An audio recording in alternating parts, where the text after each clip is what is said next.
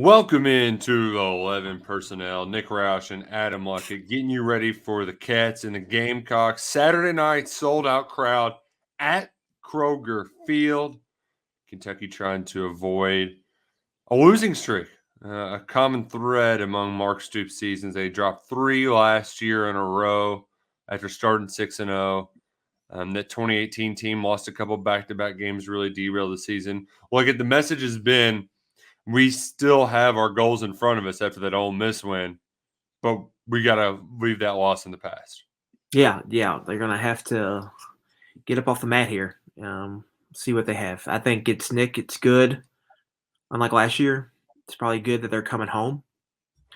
Last year they had to go road, go to Mississippi State, a place they never play well after that Georgia game. Mm-hmm.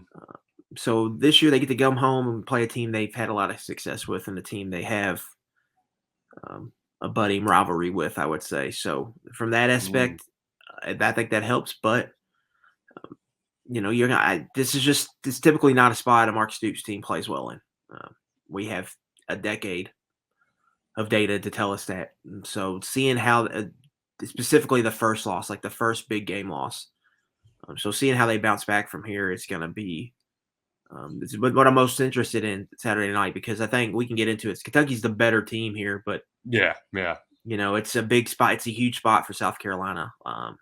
It's one of their biggest games of the season. They've had 2 kind of weeks to get their bodies ready for this game, and they're playing ready for this game. So it's a big moment for them as well, and it's also a big moment for Kentucky. And so we're just gonna have to see how that all plays out on Saturday night. Yeah, and you alluded to it, but South Carolina, they've had 2 weeks to beat up on bad teams. Now Kentucky, they're a little banged up. We're not exactly sure who all is going to be available when they take the field this Saturday. Jeremy Flax injured his hamstring on that final drive. You think you're going to get J.J.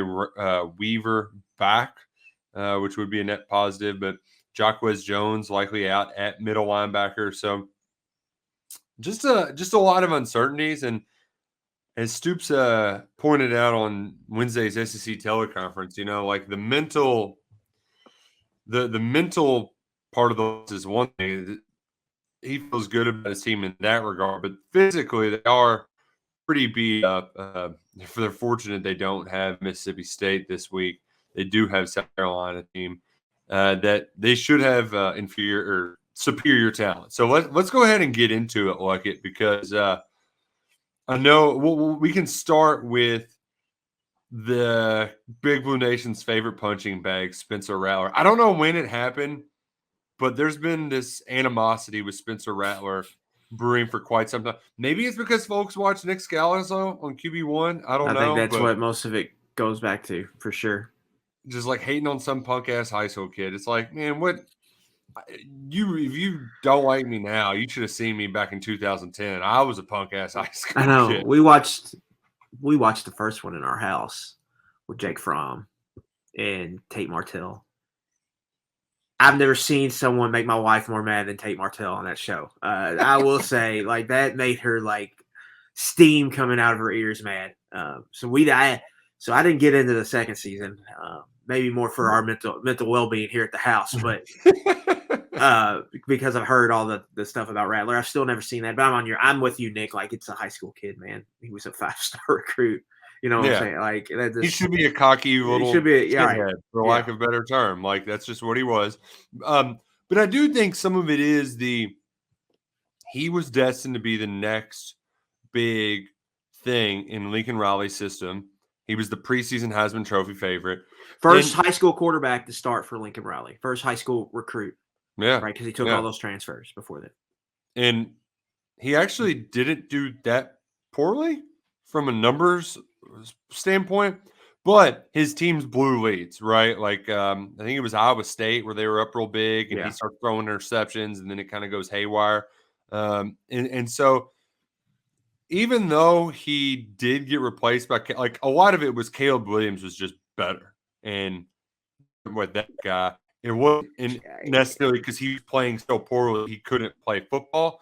So it was a big gift for South Carolina to get him in the transfer portal, because historically, they're terrible at quarterback play, right? Like since they've joined the SEC, they've had 0 all SEC quarterback selections, which is kind of hard to do. Like who's their best quarterback they've had? Connor Shaw, Steven Garcia, like Yeah. Tannehill, like they've stunk. So to get Spencer Rattler was a big deal. But as we've seen so far, like it hasn't really amounted to much. Yeah, I think back to Rattler, the thing was the offense just couldn't hit at Oklahoma. They just couldn't get to that level of turbo drive that they usually been able to get with really good quarterbacks. There was kind of a ceiling with Rattler, and that led to some of the struggles you saw. And even after a year starting and kind of having an offseason under his belt, he came back last year and just they couldn't do it. They had to pull him against Texas and Red River. Caleb Williams leads game-winning comeback, and that was kind of the end of the story for him. So he comes to South Carolina with all these tools, and you're right. That was the big selling point was South Carolina's just never had a quarterback this talented. And so that was what everybody wanted to believe in.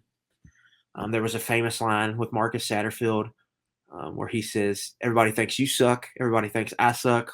Let's join forces and prove them wrong.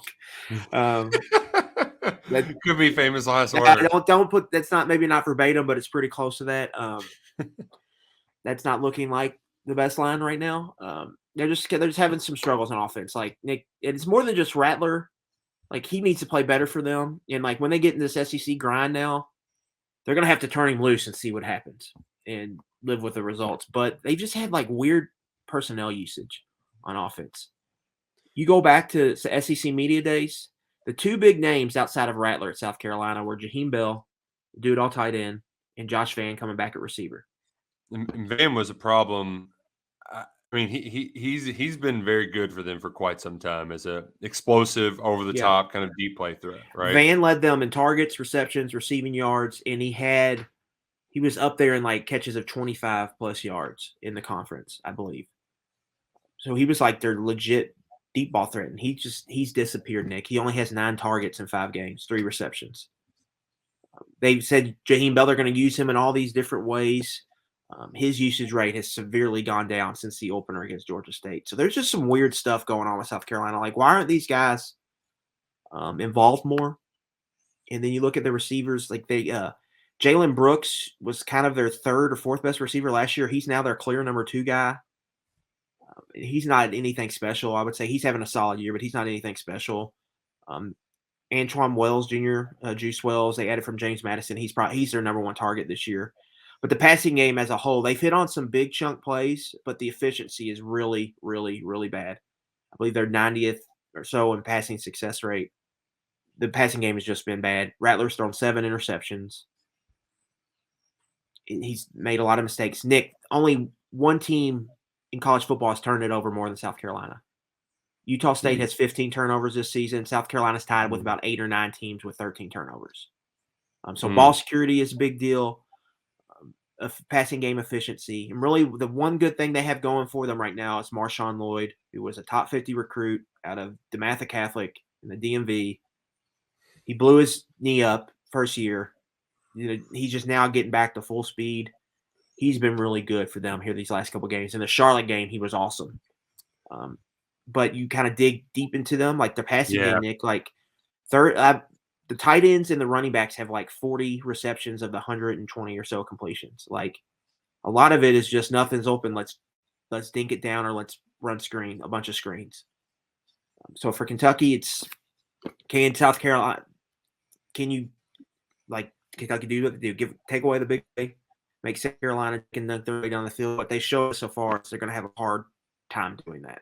So for Kentucky on that aspect is fine. I'm not really worried about the Kentucky defense this week, as I'm kind of rambling here, but it's really this week is all about the offense because we know what Kentucky is on defense. To me, it's when Rattler's off the field this week. To me, this whole game is what Kentucky does on offense. Well, and I did dive in because I keep up a little bit. We'll keep tabs with the other team sites at On3. Gamecock Central had some stories about Marshawn Lloyd having big back-to-back weeks. He had 169 yards against Charlotte, 80 yards against South Carolina State. It's not on a ton of carries. It's a lot of big plays kind of stuff, right? 15 carries, Yeah. 169 yards, Well, they 11 they carries. have they have offensive line issues as well. I mean, they're running quick pitches and they're trying to get him out on the edge. You could argue that South Carolina's offensive line has been as bad as Kentucky's to this point in the season. I don't think that's a crazy argument. These are might be the two worst offensive lines in the SEC we've seen to this point in the year on the field Saturday. But it's kind of a get right spot for Kentucky's offense, specifically the running game. You look at some of the rushing numbers we can get into right here. I mean, they're bad for South Carolina. Really bad. And I don't know if you had them pulled up. I was reading some of your Bioblast earlier that had him giving up, 4.5 yards per carry? 85th nationally. Yeah, yeah, not great. They've never really been great at stop run. If you look back at Chris Rodriguez's best games as a Wildcat, they're almost all against South Carolina. I asked him about it Tuesday. He's just like, it's really nothing to it. I don't know. South Carolina. It's like, yeah, it's just South Carolina. They give up the run well, and we can get more into South Carolina, but from Kentucky's side of things, I'm still trying to. I can sift my way through Mark Stoops' comments pretty well. Still trying to figure out Rich Scangarello, right? Like I can't tell when he's just full of it or not. I'm glad you're saying that because Taylor asked me well, that sounds pretty good, right? What he was saying. I was like, you can't take much of what he says. Like we just got to kind of see it on the field because yeah. And I at least from his standpoint, he's like we're close. It's getting there. And the reason why I can give him some benefit of the doubt to this point is that you are breaking in a bunch of new offensive linemen, right? They've rarely been healthy at the same time. You didn't have your good running back until you actually played an Ole Miss defense that isn't like most defenses you'll typically play. So you're going to get kind of some weird looks in that 3-2-5, right? So I can give him a little bit of rope, but like this is a game where you should probably rush for 200 yards, right? 200 non-sack yards. Yeah, I mean, you should push it. I'm not going to set like a bar for them, but they should have some success on the ground. Like this is the week here. South Carolina's down 2 front 7 starters. Chris Rodriguez in his career, 46 carries, 348 yards, 4 touchdowns, 7.6 yards per pop. Carolina had 117th in defensive rush success rate, 113th in EPA per rush. These are from CFB graphs. They're bad stopping the run. That is the weakness of the team. Like I mentioned earlier, 2 front 7 starters out. Kentucky needs to be able to run the football this week. They have to be able to run the football. They can win the game probably without really establishing the run, but it's going to make everything easier if they can go in here and hammer the rock, and it's going to open things up for everyone else. So I think it's really important that this is the number 24. This is kind of a 22 to 25 touch game for me. He needs to get the ball in his belly, and you need to let him move the chains and set you up in good situations. Yeah, Chris got 19 carries, and he also had either 3 or 4 receptions in that Ole Miss game. And he even admitted to, he was feeling gassed there in the second half.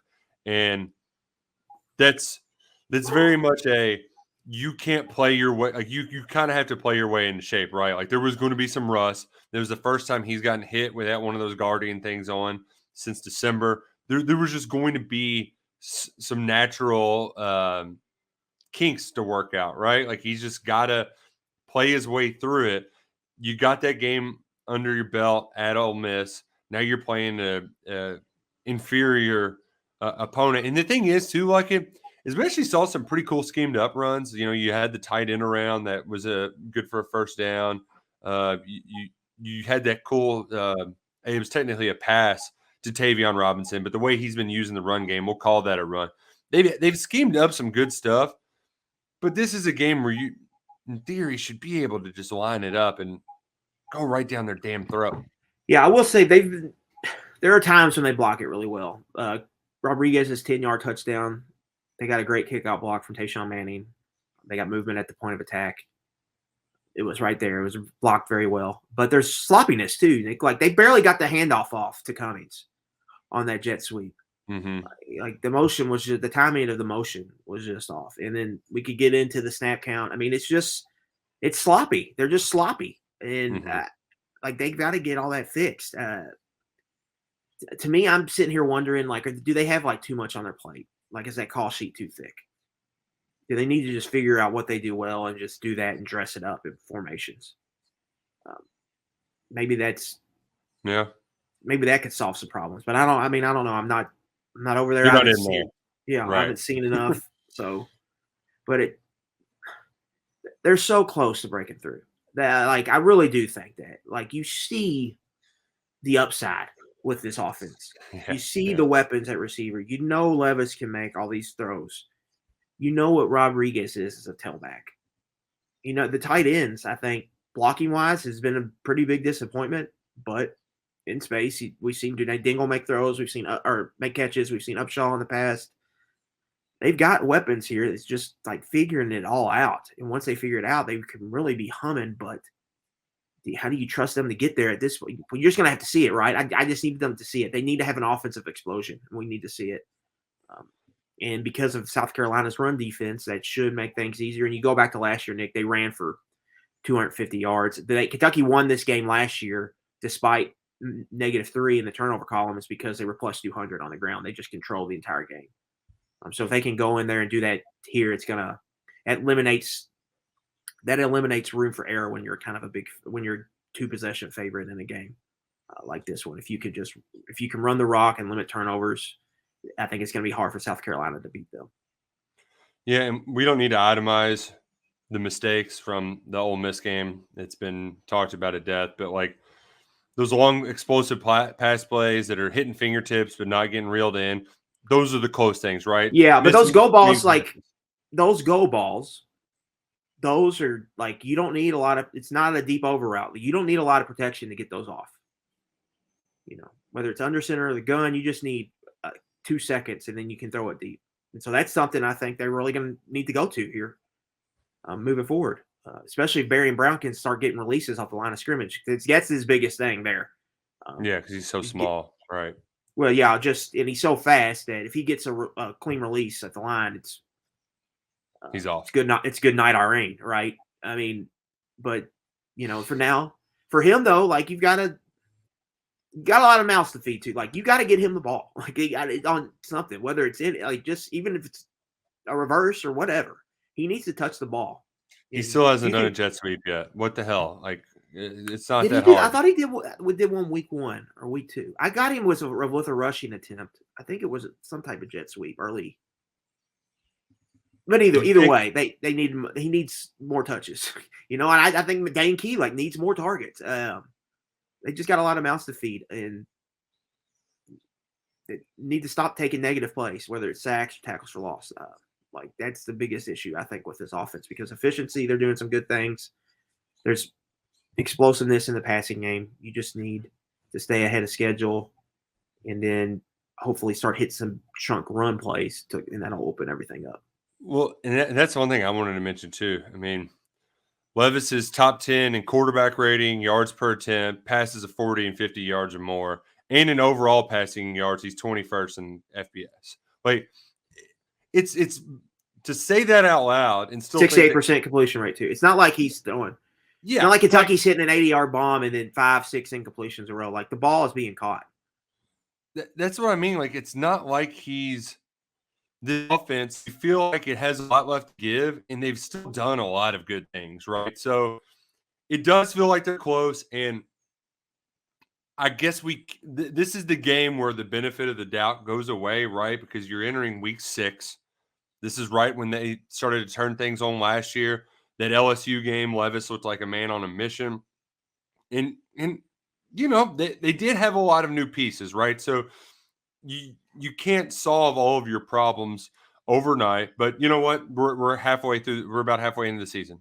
Like this is the point. This is where you figure your stuff out, and you have to because that Mississippi State 3-3-5 is going to give them fits. At least in this game, as Freddie alluded to earlier in this week, Brad White versus Satterfield is the biggest mismatch on the field.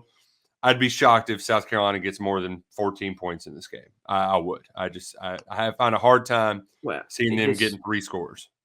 Turnovers are going to be huge. Special teams. Yeah, unless it's turnovers or special teams, right? Like, this is really, like, let's just say what it is.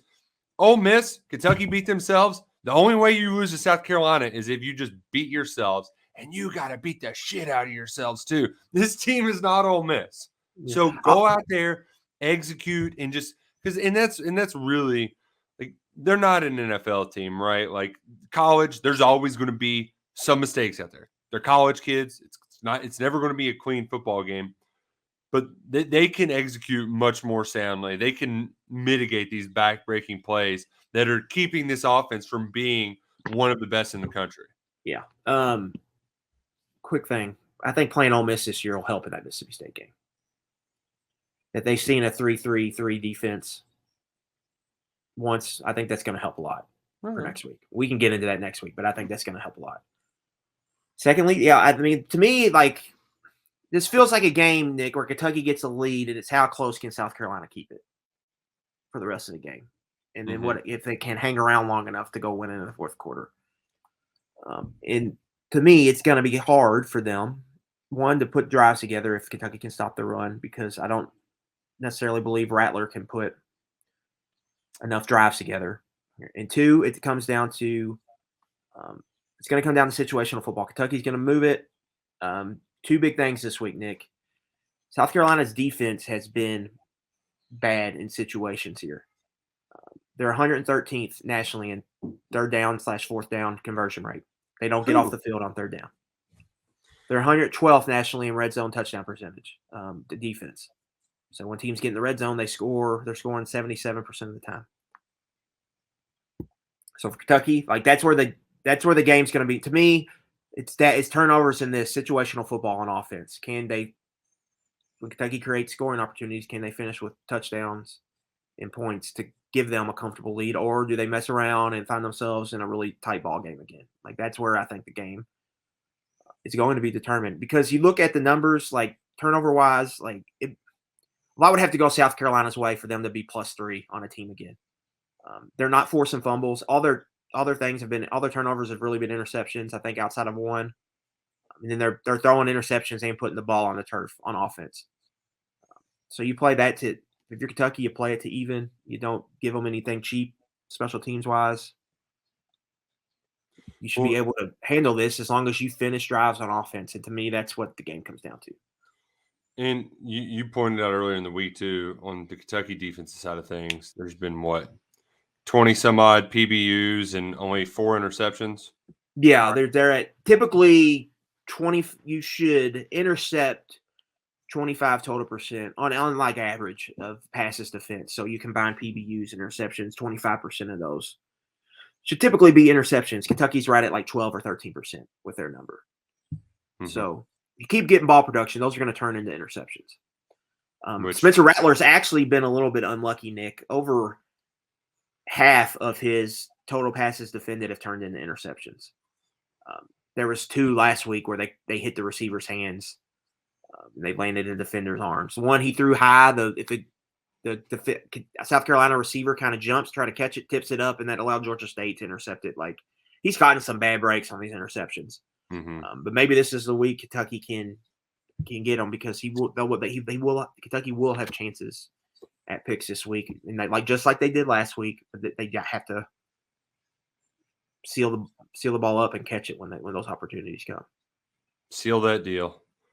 Should be a good atmosphere though. 7:30, beautiful, beautiful weather. I mean, you can't ask for a better Keeneland Kentucky football daily double. I think it's like highs at like 73 or something.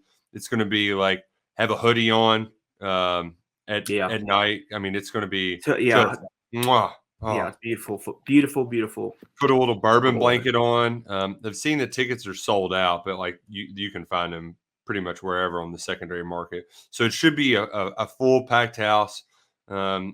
Maybe a few more fans than Vanderbilt. I don't know. Steven Garcia, did he take one too many hits in the head? Like, that dude, he's a little off his rocker. It's Kentucky week in South Carolina. They do this every year. It's very much, it has nothing really to do with Kentucky. It has everything to do about South Carolina this week. But the problem is there's no context. there's no context with what Kentucky is doing. It's Kentucky. We should beat Kentucky every year.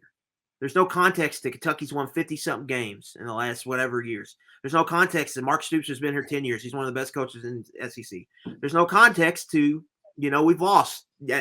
We've lost in all these games for a reason. And it's not the old Kentucky that's beating them. It's the new Kentucky. That's the problem with South Carolina this week. And you're seeing that play out. And Steve Garcia, he's trying to be a lightning rod. So yeah, they're living in 2008, right? Steve Spurrier's still got his visor on the sideline. They're rocking and rolling. But it's more so. It's not just. It's their media and their fans both. It's very much. I think people have a hard time getting it through their thick skulls that Kentucky's good at football. Like this, I don't know how else to explain it. It's just very hard for people to understand that, especially like if you're a South Carolina fan around our age, Nick, all you knew was like beating Kentucky every year. You did, But you look up, South Carolina won 13 out of 14. Like Kentucky's won 7 out of 8 now. Yep, they're getting pretty close to what you grew up with this last 8 years. Haven't won in Lexington since 2012. Yeah, been a long time. Yeah, so and they almost lost that game too. Which, if we're talking about the number, 10.5 is about perfect because I want to say it's almost the average margin over the last. Yeah, it just dropped to 9.5 right before or today at DraftKings. Most of the money is on Kentucky here, just like last week. Just except Kentucky's a favorite and not the dog, but so that's interesting. But I thought the line was good. 10.5 is what I would have set it at. Right. And it's just a little what's the word I'm looking for? It feels like the game will be around that, right? Where he goes up, a couple scores. How, as you put it, how will South Carolina hang into forward? I kind of see this game going how the Missouri game went a year ago, where they're doing some great things. Chris Rodriguez rushed for 200 yards. Everybody feel a lot better. Let's have that play out. That would be nice. Yeah. But like that Missouri game, though, you could have won by 4. You could have been up by 28 points going into halftime. You make a mistake. They hang around longer than you expect. Yeah. You never felt like Kentucky was going to lose, but the final score, you're like, wait, that was only a 7-10 point game. Like you might be sweating out that 9.5 point line. I'm probably going to end up staying away from it. Yeah, I very much feel like South Carolina's probably going to cover that number. I feel like it's going to be there's going to be part in the fourth quarter was going to get a little too close for comfort.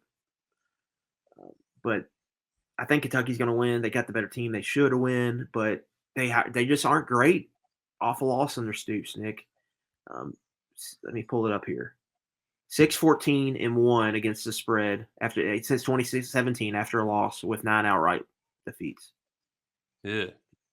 It's not great, but there's some trends going their way too. 8-1 ATS against South Carolina since Stoops got here. South Carolina has been a 9 to 13 point dog 9 times, Nick, since 2017. They are 0-9 against the spread. With losses to Clemson twice, A&M twice, Georgia, Ole Miss, Kentucky in 2020, Missouri, and Tennessee. Usually, over the last 5 years, when they get in a spot like this, where teams are this much different than each other, they get hammered. And as a dog in general, since that big upset win over Georgia in 2019, they are 2-7 against the spread as a road dog with 0 outright wins. The only covers were as huge dogs. Once against a Florida team that won the East in 2020, and a second against the Georgia team that won the national championship in 2021.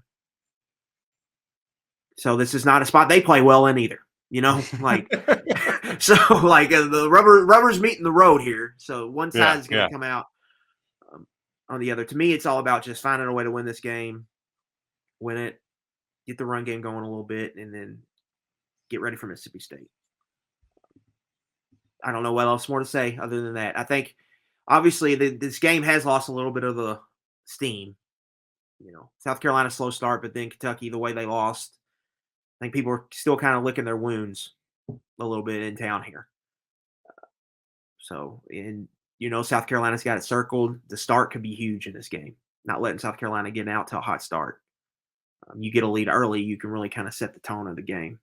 And so To me, it's going to be the early start watching that, and then Kentucky, can they finish their drives with touchdowns against a bad situational defense over at South Carolina? Mhm.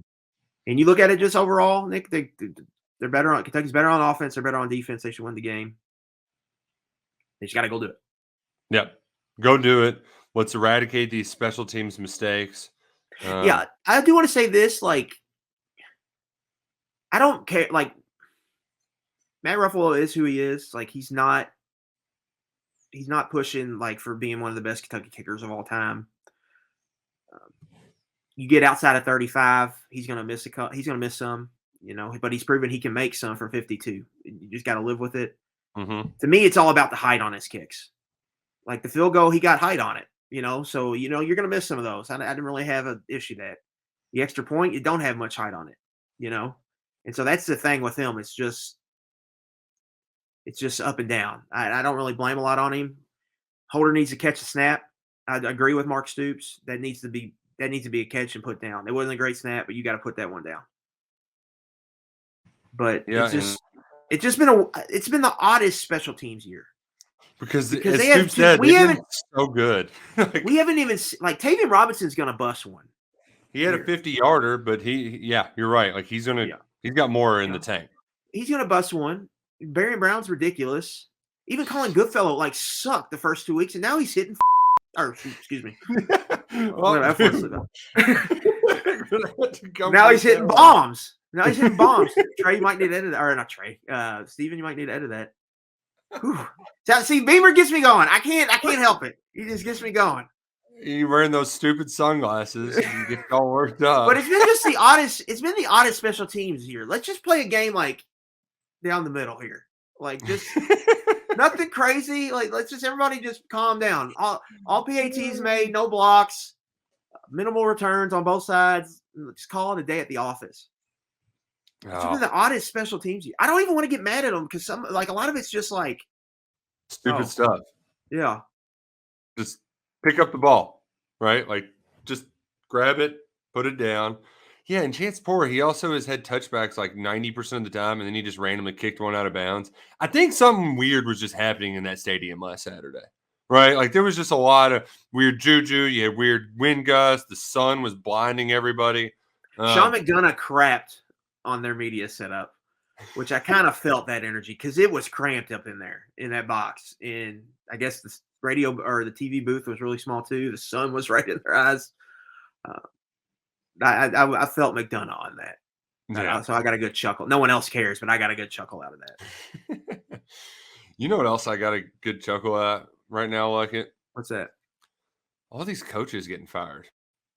There's a lot of coaches getting fired, and none of them's names are Scott Satterfield or Brian Harsin or Eli Drinkwitz, right? Like a lot of guys you thought when people were writing coaching carousel things preseason, I mean, Scott Frost was the only obvious one that's been canned. But yeah, we have 5 job openings. I guess Herm Edwards too, because they were in a ton of trouble. But already have 5 job openings. Might have another one this weekend. Auburn's a 30-point dog to Georgia. If this one feels like it, let him take the Georgia beating. Get, let Cadillac be the interim head coach, the running backs coach, the former star running back, something like that. That feels like where that's headed. A lot of buyout money, though. A lot moving. And I do think the interesting part of it is when you look at it from if you look at it from the perspective of the supply and demand, there's going to be a lot of job openings, right? And we saw a ton last offseason, a lot of big ones. But I'm just curious, let's say Louisville does get rid of Satterfield. They do let's just say they don't get Jeff Brom. They're so far down the list among the coaching ranks. Now, granted, Wisconsin, they might do the interim thing, just keep Jim Leonard around. That's what it feels like. But when you see what else is out there, what else is available, like it really is. They could end up with another Scott Satterfield very easily, who might as well be Steve Cragthorpe 2.0. Yeah. I mean, we're seeing it set up that way. To me, if Louisville got in this search, there's going to be the clear top jobs, and then they're going to kind of be in that second tier, competing with an Arizona State and whatever other jobs in that kind of tier open. The guys typically, Nick, that are going to Auburn or that Auburn would hire wouldn't typically consider Louisville. That's no shot to Louisville. That's just where they are in the pecking order.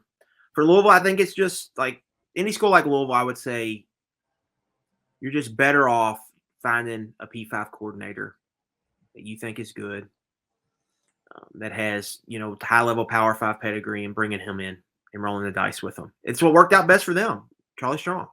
Mm-hmm. And it's what Kentucky did with Stoops. And even Sam Pittman's different, but it's even what he was a long-time Power 5 coach at the highest level. Mm-hmm. That's what I would do. And then I would figure out what if they want to go. They're probably going to want to lean offense.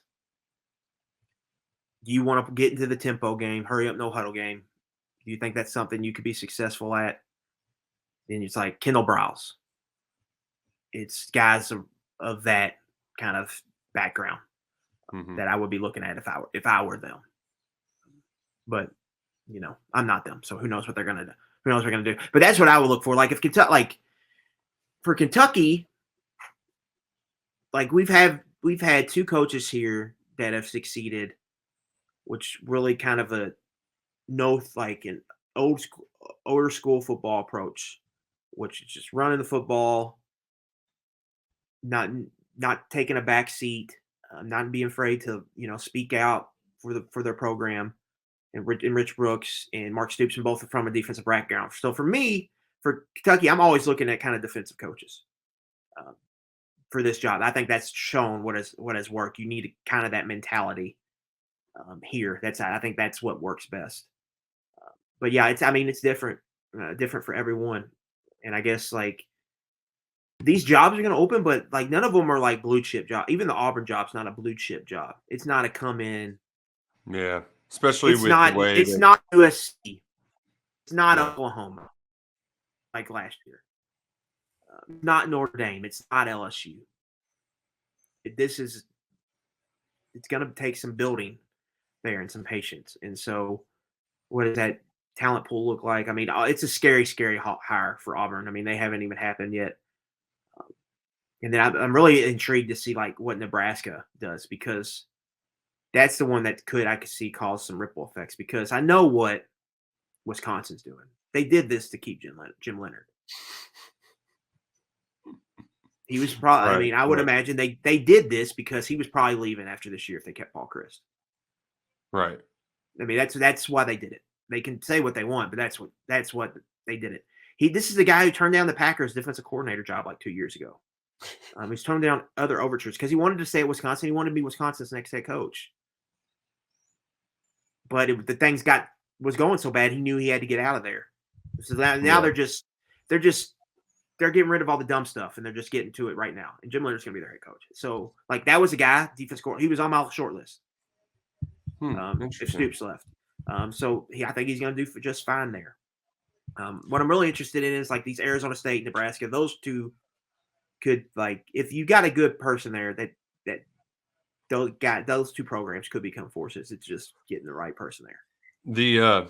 My favorite part about this too is now we're going to get a lot. This is the big Coach Prime carousel where everyone just writes a paragraph about Deion Sanders when they're doing this. Yeah. And Go ahead. I saw Louisville fans actually being like, well, what? It's dude, Deion Sanders is the most Louisville coach ever. He's way out of your league, though. You can't get Deion Sanders. Deion's going. I don't know which. I'm fascinated by which job is it that will ultimately pull him from there, because I think he's going to stay at that level until he just has the ideal setting for what he wants. I don't know what that is. I can't get inside his brain. But Louisville, they love the cocky ass coach from Florida, right? That is that's their perfect coach. Yeah. Yeah. So, but even Louisville fans, they're just not going to know how to handle this. They've lost their minds, frankly. Trying to keep up with them. They've been so bad at everything for so long. Like their brains just can't take it. So they're going to have – it's going to be a rough time for the Cardinal fans here for the foreseeable future. Yeah. Like Georgia Tech is kind of interesting for Dion just because of the Atlanta area and all that. But it's hard to get in school there. So recruiting there has its difficulties, no matter who you are, because it's academics. I mean, it's not anything else. And that institution has not really proven to be like seems like all in to make sure we can get it done in football either. And so that is a concern. I mean, other than that, could you imagine Dion and Auburn's booster culture getting along? That's not gonna happen. Like that just doesn't seem like a fit. Remember when they said Mitch Barnhart was on the short list to be Auburn's next AD? Yeah, they had him on a short list. I mean, Mitch kind of did that at Kentucky when he came in and he got rid of the good old boys club. It wasn't as nearly as chaotic as Auburn's good old boys club is. So maybe that's the line of thinking. I can't imagine. Well, they need to just probably hire somebody off Mitch's tree. He's got 8,000 of them. ADs. Yeah. To kind of do that. Yeah, that's their biggest issue. Auburn. I'm fascinated by that hire. It seems like Bill O'Brien's going to get a job. Like you see his name floated out everywhere. He was a GA. Yeah, he was a GA at Georgia Tech or an assistant under Chan Gailey when they were good in the early 90s. Mm-hmm. That feels like he'll be the next coach at Georgia Tech to me. Ryan Walters, who Drinkowitz either didn't get along with or they decided to part ways. He's at Illinois now, defensive coordinator. A younger black guy. He's 34, 35. So Illinois' defense has been awesome since he's been there. He's a Colorado alum. Like Colorado, don't mess. That's who you need to hire. I feel bad for Colorado because they got unlucky with how the Mel Tucker stuff ended. Yeah, and there was late in the process too. Yeah. You kind of got. He was starting to get something going there, and then he just went to Michigan State. And they did it immediately. What he should have really probably been doing at Colorado that year. That big year they had probably should have been Colorado's team, except it was Michigan State team. So that stinks. And Georgia Tech, Jeff Collins, Jeff Collins took that job like 2 years too early. He needed to wait till the portal came. Yeah. Because I'm not saying he probably would have got fired regardless, but made that job a lot harder than it needed to be with new coach, COVID, and then portal. He needed the portal right away. If you get the portal right away, it looks you can change up the scheme, right? You can get rid of the triple option and kind of phase out those people. Well, year two, you have a roster that can compete. Like look at Arizona right now. Their roster year one was terrible. Fish had a good recruiting class, pulls a couple guys from the portal. They're like competitive now in the Pac-12. Where Georgia Tech was just a total train wreck from start to finish with Collins.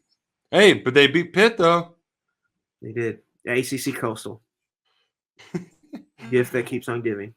It really is a treat. And Kentucky, they'll be treating some recruits to big-time visits this weekend. The big one, D. Bell, Demetrius Bell, wide receiver from Nashville. I don't know. He's Central Tennessee. He's an NPA guy, right? National Playmaker Academy. But D. Bell, talented wide receiver. He's on an official visit. Former Michigan State commit. He's the big one. I've seen Gavin Grover, tight end from Olentangy in Ohio's.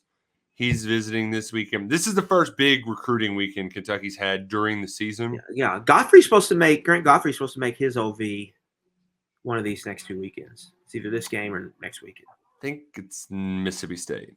Okay. But the next 2 weeks, these primetime games. Yeah. Demetrius Bell is a name people need to keep an eye on. Yeah.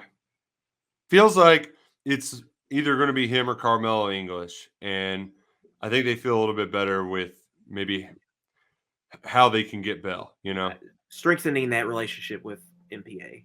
Yeah, that's significant. It's a big deal. Wades were there. Barry Brown. Yeah, right. Keep taking players from what should be a major Tennessee pipeline. That sort of deal. If you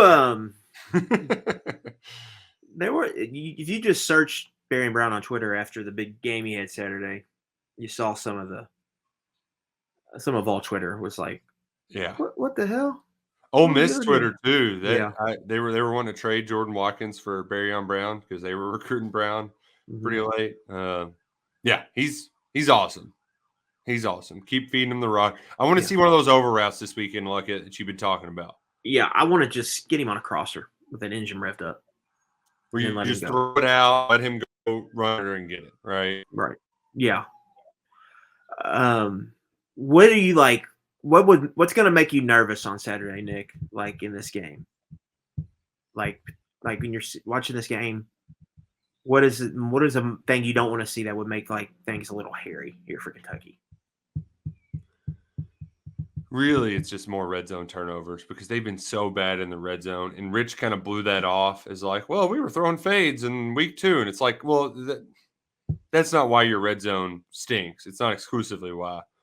Like that, it's been a kind of consistent problem. I think they're only scoring touchdowns, 50% of the time or something like that. The red zone offense stinks. So if you got Chris Rodriguez rocking and rolling, the running game's finally feeling good, and then you have a fumble in the red zone, like that's the sort of stuff that can really prevent your team from getting the full confidence they need to get in this game, right? This should be a game that instills a lot of confidence in your offense to get things done. And that's what'll worry me. Yeah, for me, it's not falling in a hole early. As long as they don't get down early in the game, I think they're going to be fine. Mm-hmm. I think start's huge. I mean, look at the 2 SEC games, Nick. They fell down in the first half, both contests. And I think they deferred in both. So Anna Luckett's are out. I think they did the right thing there, but like they can't happen this week. Well, they lost Luckett, so it's the wrong thing. Well, they were 1-1. They beat Florida. They lost this week, all right? What your last game is. So that is my concern. Like they can't be starting this slow.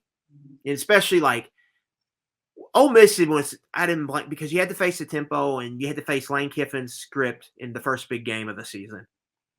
Like Ole Miss was scoring on their first couple possessions. I think that was pretty cool. I mean, we established that last week. For this week, it's Marcus Satterfield. You should be ready to stop this offense that South Carolina has. And offensively, you need to come out and you need to be able to run the ball and you need to hopefully keep your quarterback clean and you need to be able to move the ball and score points on the South Carolina defense.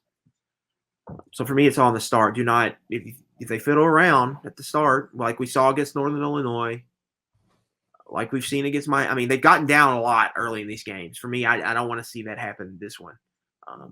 Take care of business early, and then they should be in pretty good shape for the rest of the game. Don't fiddle around. Don't bring your fiddle to Kroger Field either, though. RIP Loretta Lynn. I'm sure they'll be playing some of that at the Krog. Chrome domes are coming out. I'm sure they'll be accompanied by some anthracite. I can feel it in my bones.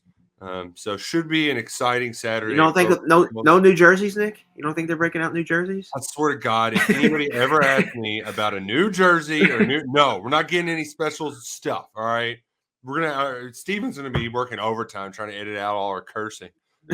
Jesus, Luckett over here dropping F-bombs. Hunts just get me fired up. What can I say? Oh man! Hopefully Stoops he'll get the boys fired up. He'll wear some stupid sunglasses. Just be careful wearing sunglasses too close around Mark Stoops this week. He might just grab them and snap them. Never know. You never know.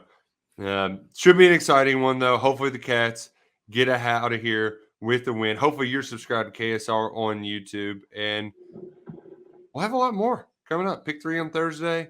A lot of fun stuff, rapid reaction after the game. So keep it locked to the KSR YouTube page. We'll be back here next week on 11 Personnel each and every Wednesday evening. Until then, go Cats and go Kroger.